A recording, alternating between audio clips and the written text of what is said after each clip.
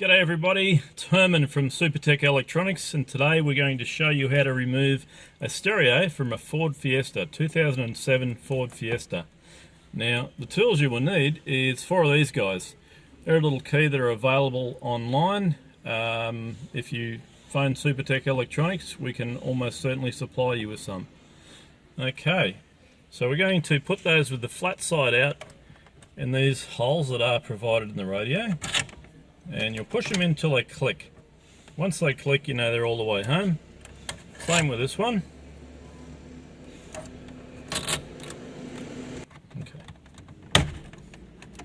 Okay.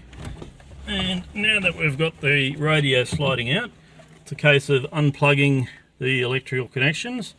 That one just comes out, that's the aerial. And so this one latches up and the cable comes out. And you can remove your keys once it's out. You can remove the keys by pushing that down and pulling them out.